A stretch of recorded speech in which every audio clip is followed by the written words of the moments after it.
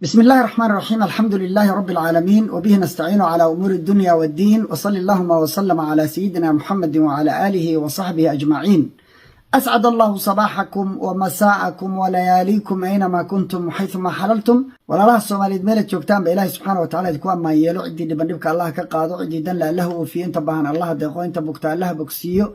انت دمتي الله ونحرستو والدينتنا الله ونحرستو أننا الله نوغد ونحرستو dalka diinta dadka iyo dawladnimadaba ilaahay subxaanahu wa ta'aala inoo badbaadiyo. Maanta waxaan ka hadlaynaa saddex qodob. Qodobka koowaad, Maraykanka oo gabi ahaan cunaqabatayn saaray dowladda federaalka Soomaaliya iyo sababaha ku hareeraysan arrintaas kelmadaha ka oranaya. Qodobka labaad, Sacuudi Arabiya u tafaaxiidatay inay difaacdo wadamo dhowr oo muslimiin ah oo Soomaaliya ay ka mid tahay, kana difaacdo sahyuuniyada iyo شيطان العرب كلمة كورنيا. قضب كصدحات شيطان العرب أو آخر كي الساقة مركي لو ورري قيلدان أفكا فرطي صومالي أنا وركي هذا كهد لي إن كوي أدون تو هانا أي هدلين يدنا كلمة كورندونا. سيدا قرالك وسارة دارمها دي بدا مريكن كسر بحذي أيدين مقضة إن كقرن إن وحي الشيقين إني جبيهان بتشوتيين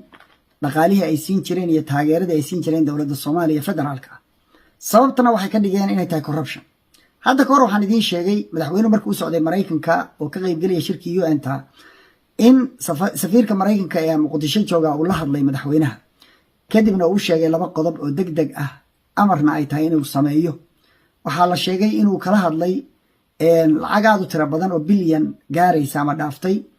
oo laga ururiyay lacagihii dhulalkii la boobay in lagu yeeray khasnada dawladda waa in lagu shubaa. haddii aad saa yeeli weydid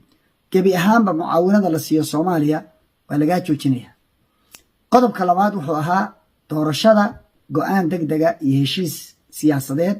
oo degdega markaas 8 bilood meelahaas u dhimanaa heshiis degdega oo wadar ogola laga rabaa oo la ogaado inta aysan dhicin xilligeedana waa inay ku dhacdaa. haddana waxaa soo cusboonaatay mashruucii loogu talagalay in Somaliland lagu ictiraafo oo laba ujeedo lahaa. ujeedada waxay ahayd Israa'iil in lagu dajiyo gacanka cadmeed iyo baabul mandabka iyo Red Sea-ga albaabka laga galo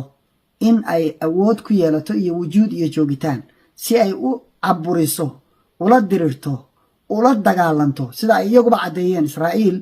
cadowgeeda Xuutiyiintu ugu horeyso kadibna Carabta inteeda kala ah oo meel dhow oo lagaga duulo la heli karo. Arrinta waxa uga shaqeynaya Imaaraat, sheekada gadaalahan qaybta dambe ka sheegi doona. qodobka labaad wuxuu ahaa Turkiga oo dawladda Soomaaliya ay heshiisyo la saxiixatay ay ka mid yihiin khayraadka badda in laga faa'iideysto Turkiguna barwaaqada qayb ka helo. qodobka labaad oo ahaa heshiiska labaad oo ahaa inay petrol qodaan ama oil ay soo saaraan isla markaasna ay lacag badan iyaguna ka helaan, Soomaaliduna lacag badan ka hesho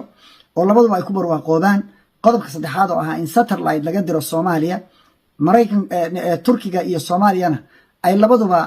sumcad weyn iyo dhaqaale intaba ay ka helaan. mashruucaas in lala diriro oo ay Yuhuuddu u aragto khatar iyada ku aadan, satellite-ka waxay u aragtaa inuu ka samaynayo meesha misal meel uu ku tijaabiyo madaafiic uu rido kuwa ridada dhexe iyo ridada dheer leh meel uu ku tijaabiyo inuu ka dhiganayo Soomaaliya. qadiyada si loo carqaladeeyo Donald Trump wuxuu bilaabay Soomaalida Maraykanka inuu caayo ilaa tuugatiin. waxa uu sameeyay maanta ICE buu ku soo fasaxay oo waliba ciidan xoog la ah oo ay xataa ku jiraan border patrolka kuwii la oran jiray CBP ay ku jiraan buu ku soo fasaxay. waxay sameeyeen gabar cadaan ay dileen oo Soomaalida difaacaysa oo taageeraysa. waxaan arkaynaa Soomaali hadlaysa oo strong ah oo iska dhicinaysa nin dhalinyaro ah. ninkaasi waa mudan yahay amaan buu mudan yahay libax weeye. waxaan rabaa dadka inaan u sheego Soomaalida ay degan Minnesota habiqin markaa baqdidna ha bakadin. bakadaad waxa inaad sastid oo shoog intuu kugu dhaco aad waxa samaysay garan weydi. ha ilaawin hadday ku timaado ICE marka ugu horeysaba inaad la soo baxday kaamaradaada oo aad ku bilowday inaad record garaysid magacyadooda iyo hadday u qoran yihiin iyo kulli inaad heshay. marka labaad, you don't have to comply with them. ma aha inaad magaranaysaa wax siisid ama ID u dhiibtid.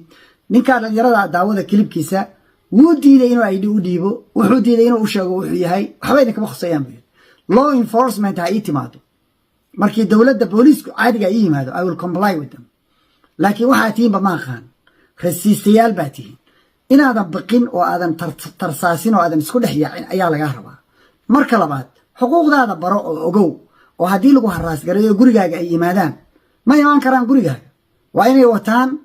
waran rasmi ah askarta waa booliiska waxa tiraahdaa booliis baan wacay suga booliiska imaanaya 911 waxa tiraahdaa dad baa raba gurigaaga inay soo jabsadaan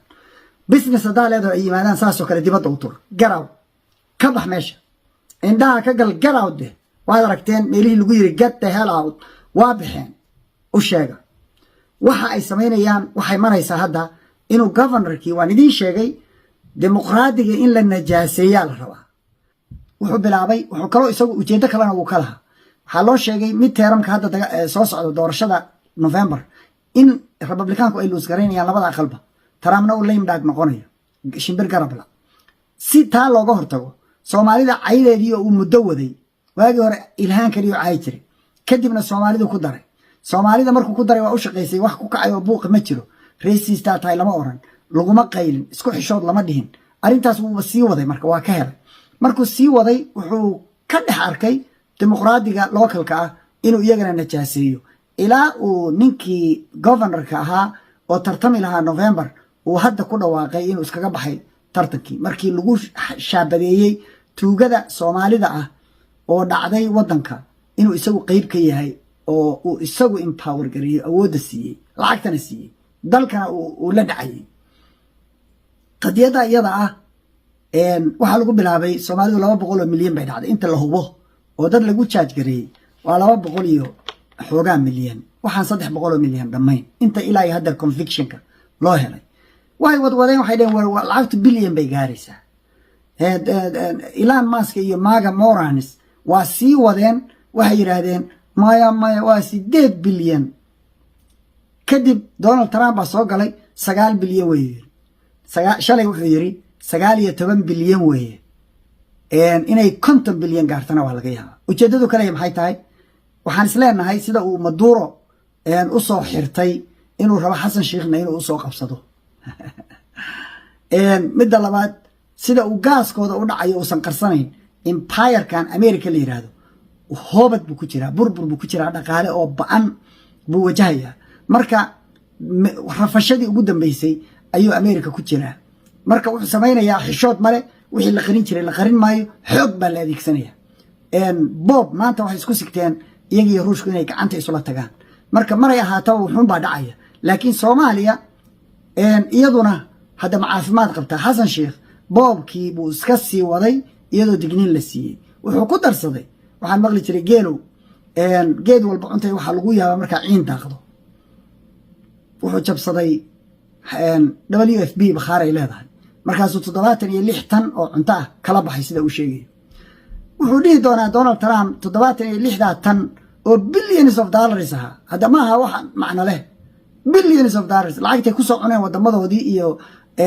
UN to intay dhacday iyo waxoo dhan in annaga dushana la ka saaro Soomaalida dhacday lacag inta leeg iyaga lagu leeyahay 19 bilyan iyo 50 bilyan uu sheegayo in annaga hadhowna la ka jaro hadii oil uu soo saaro Turkidu in annaga lacagteena la boobo la dhaco hantideena la qaato ayaa ujeedada laga leeyahay Xasan waxaan leeyahay dalkan waxaad u geysan kartay oo dhan waa u geysatay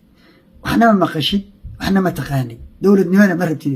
tuuga rabtaa iyo boob maanta haysa maybe in sidii Maduro lagu soo qabsado inkastoo Soomaalidu iska dhicisay waagay isku dayeen aydid inay qaataan la iska dhacshay oo aysan ahayn sida Venezuela kale aan ahayn aan ka raqsanahay dhici kartay inaan ku difaacno haddana khatartaas aad qarka u saaranta degdeg sida ugu dhaqsaha badan heshiis siyaasadeed qaado dalkaas cid badbaadisa si loo helo doorasho qabo kelmadda intaas ka oranayo qodobka labaad Saudi Arabia ay u tafaxiidatay inay ilaaliso badbaadiso wadamo badan oo ay gacanta kula jirtay gacan wasakhaysan oo ah adoon ay leedahay imaaraadku Israa'iil oo ah imaaraad inay ka furfurto Yaman kebi ahaanba waa laga saaray nimankii ahaa imaaraadka shaytaanul arab hatta kuwa isag meesha qaybta u haysta Yaman labay u kala go'an tahay ma uu rabo xataa inuu iyaga mideeyo yaman in la googooyaa la rabaa maxaa yeelay yaman threat bay waxay ku noqotay israa'iil gacantaa wasakhaysan ee israa'iil addoonta u ah inay ka furfurta ayay sacuudiga u labisatay wasiirka arrimaha dibadda ayaa maraykanka u soo socda ama yimiba wuxuuna ka hadlayaa 3 wadan Soomaaliya ay ka mid tahay Syria Soomaaliya iyo Yaman ayuu rabaa inuu kala hadlo oo uu yiraahdo ninkan shaytaanul caraba dalalkan waa baabi'iyay Libiya iyo xataa waa baabi'iyay Suudaan inay ku jiraan baa laga yaabaa inuu kala hadlo maraykankuna waa u dhag raaricin doonaa waxaa dhici karta waxyaabo waaweyn inay ka soo baxaan oo isbedel uu ku dhaco Donald Trump mowqifkiisa sacuudigu wuxuu ka dagaalamayaa Yaman oo ku taal xuduudiisa ayuu arkay shaytaanul carab dhibaatada uu ka wado isla markaasna amnul qowmi ama nabadgelyadiisa iyo amnigiisa khatar ku haysa saad arkaysaan tweetkaas oo huna Riyadh ay soo gelisay wuxuu yiri man sayactarifu bil kayan al munfasil an Soomaal cidi itiraafta kooxda gooni goosadka ah ee Soomaaliya rabta inay ka go'do faqad wada'a biladahu ma'a Israa'iil wuxuu dhexgeliyay wadankiisa isagoo Israa'iil raacaya fi khandaqin waahid god ciriiriya oo kaliya ayuu la galay Israa'iil buu godka kula jira oo kula dhacay ضد الدول العربية والإسلامية isagoo ka hor imaanaya ama lid ku ah ama ay mucaarad ku yihiin oo ka soo horjeedaan wadamada carabta ah iyo kuwa islaamka oo dhan meeshan awood baa la isu sheegtay arintaas iyada ah oo sacuudigu uu banaanka la taagan yahay difaaca muslimiinta iyo Soomaaliya ayaa kamid ah ajandaha wasiirku la imaan doono dalka Mareykanka lagana wada hadli doono isaga iyo Mareykanku insha Allah ta'ala qodobkaasna intaasan ka waran qodobka saddexaad imaaraadka ayaa wuxuu ka qayb galay oo u yimi African Union kadib markii 3 meelood 3 jasiiradood oo yar yar ay ka qabsatay dawladda Iiraan buu afka furtay qaylo kadib markii Yaman laga soo cayriyay kadib markuu fashilmay kadib markii Israa'iil oo isticmaalaysay 10 sano la soo dhaafay isaga dusha ka saarnay oo meel walba uu ula maray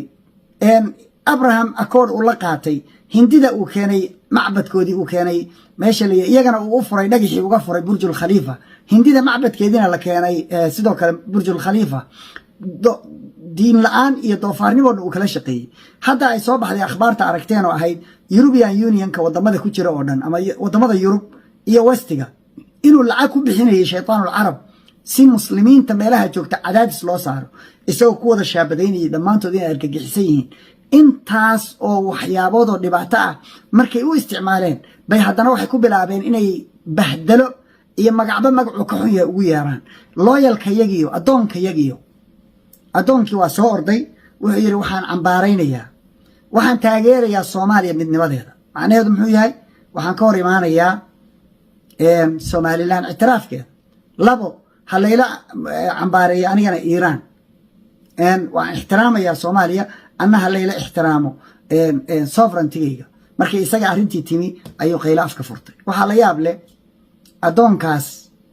saas loo bahdalayo rag Soomaaliya adoono ah kuwii aamusnaa oo labada ahaa hadalladooda soo baxaya adoontiisu waa badan yihiin imaaraadku Soomaaliya ku leeyahay Ciraaqowka Dani baa ku xiga Xasan baa ku xiga Madow baa ku xiga kuwa aanan hadda sheegayn laakiin la wada yaqaan baa kamid ah oo doorashada iyo hadda u diyaar garoobayo hadii Dani u shaqeyn waayo alternative iyaga u ah oo ay rabaan inay ka dhigaan Dani waxa la sheegayaa inuu soo laabtay adeerkiis kadib markuu hadlay adoonka cidu u ahaa iyaguna adoonka si ahaa markay shalay hadleen oo African Union ka ay ka hadleen oo Soomaaliya ay taageereen waxaana loo sheegay inuu dadkii la joogay ku yiri wali ma soo qorin si publicana uma soo saarin inuu ku yiri dhibka ugu badan oo Soomaaliya ay wajahayso waa Hargeysa oo rabtay inay dalka kala jarto iyo Muqdisho oo ku ciyaaraysa federalismki oo baabi'inaysa federalismka la dagaalamaysa Hargeysa wuxuu sheegay dhulka ay sheeganayso 50% inay tahay Puntland inta kalena ay tahay in badan oo kalena ay tahay waqooyi bari